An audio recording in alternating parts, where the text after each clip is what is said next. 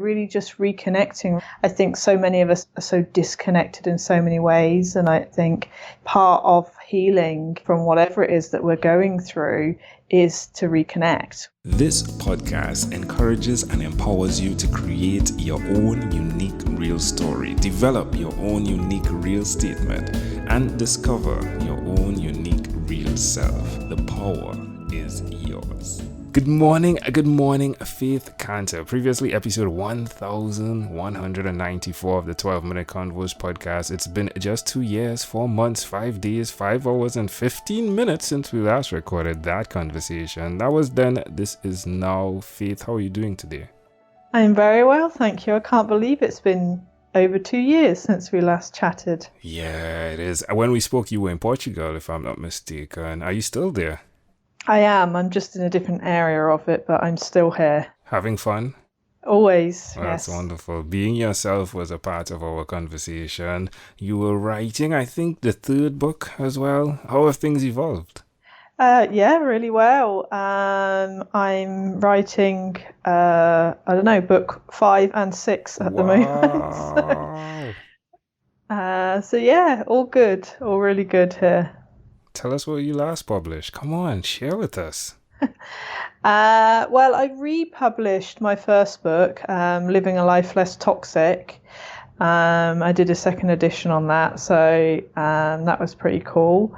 And I don't know, I must have been working on Loving Yourself Inside and Out maybe when we spoke last.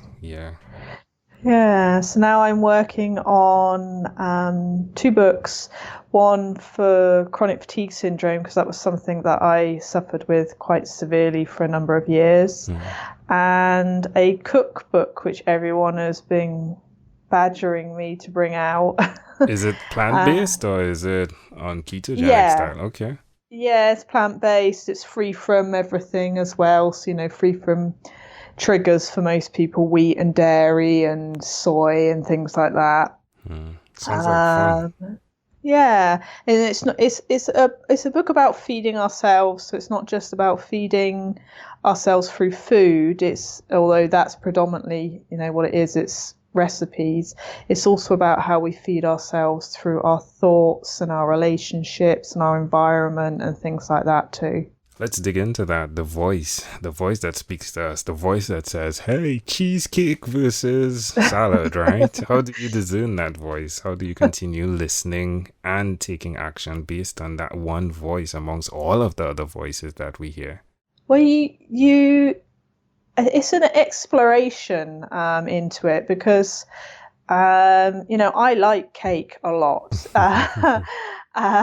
So I didn't want to, traditionally with diets and plans and programs, you're like, no, you're not allowed anything fun, which basically means you don't want to do these things for very long. But for me, I just try and find a fun and enjoyable way of still enjoying what I'm eating, which is why I got into plant-based cooking, because I was like, I can't live in a world without cake. So now I make raw vegan cakes that are like super good for you, really nutrient dense, but taste really naughty. So I think that's, part of it is you find a healthier alternative for whatever it is that you like, so you're not kind of saying to yourself, I can't have anything fun in my life, because that's not a very nice life, really. But it's also feeling into why am I being drawn towards these foods. Quite often when we're drawn towards sweet foods and stuff like that, it's because we don't feel the sweetness in life. Or we're finding ways to fill ourselves up because we don't feel fulfilled in life. So it's really feeling into those things. If you're constantly craving these things, then what are they giving you that you could give yourself in a healthier way within your life, not just within your diet? It's an invitation. Most things that we're doing are an invitation to explore those feelings behind those things, rather than just go, oh no, that's bad for me, I can't do that, and then binge on it at a later date because we're not getting what we need from our lives. Do you think moving from the UK has affected the space that you have to reflect? To a degree, yeah. I mean, it's in Portugal, it's a slower pace of life, which can take some getting used to. Yeah. Because we're used to, you know, certainly in the UK and places like that, you're used to like everything happening now.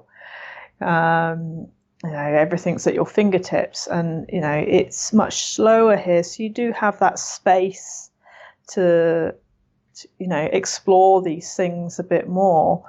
But you can do that in the UK as well. You know, you just got to make time for it and prioritize it. But it is, you know, it is more hectic. There is more going on. There is more socializing. There is more everything. But then you can find yourself doing that in somewhere like Portugal as well. So, you know, it's prioritizing what's important to you. And for me, my mental, spiritual, physical health is super important. So I'm always doing my best, not always doing it as much as I want, but I'm always doing my best to create situations and days and a life where I am prioritizing those things for myself. Do you still place your hands on your heart and do a check-in? Yeah, I do that regularly, and I get you know, clients and members of my membership site and things like that to do that as well, because I just think it's one of the most simplest and easiest ways that we can ground and center ourselves and really listen to our inner knowing as well. There's a reality that touches all of us, the possibility that we could die today or tomorrow, right? Is that in the forefront or the back end of your mind when you are planning your day, when you are being mindful, when you do your hard check-ins? No, not at all, actually. I'm not scared of death. You know, like you say, it comes to all of us, and whatever I do, it's going to come. But you know, I don't know. I think it's remembering, that, you know, life is not endless, but it's also just taking one day as it comes, each day really, and each minute, making the most of what you can and letting go of what you can also let go of as well, and not kind of carrying it all the time, which I think a lot of us tend to do. Having a nutrition and detox background, of course, having experiences where you didn't like yourself, right? And now moving into such of a place of healing, not just for yourself, but for others. I want to say thank you. I'm really looking at this as service to humanity because, hey, I believe one could have said, you know what, I learned this, I'm not going to share it with anyone. I'm going to keep it to myself. However, you've decided to use your life force, right, and help others. And I really want to say thank you for that. Thank you for your service to humanity. Now tell us what's going on at faithcanter.com, please. Is it more of that? It's just really finding ways to just reconnect us to ourselves, to that inner knowing that we've just spoken about, and to our health and life, you know, really just reconnecting. I think so many of us are so disconnected in so many ways, and I think part of healing from whatever it is that we're going through is to reconnect. We're so disconnected to each other and to life and to our bodies. And I do believe that's part of why we get ill in the first place, is to teach us to reconnect. And that's really kind of what I've been focusing on recently, through everything that I'm doing. And that's why I created last year or the year before a membership site and things like that, is really to connect people and to connect ourselves. And like I said, and connect us to nature, you know, which in itself is incredibly healing. Faith, again, a pleasure I treasure. Thank you for being here. In closing, is there anything else you'd like to share with our amazing audience? Just listen to that inner knowing, listen to that gut feeling. If you're not sure, put your hand on your heart and take a few breaths there, and it brings your awareness out of that pesky head and down into that, that more flowing, nourishing, harmonious heart.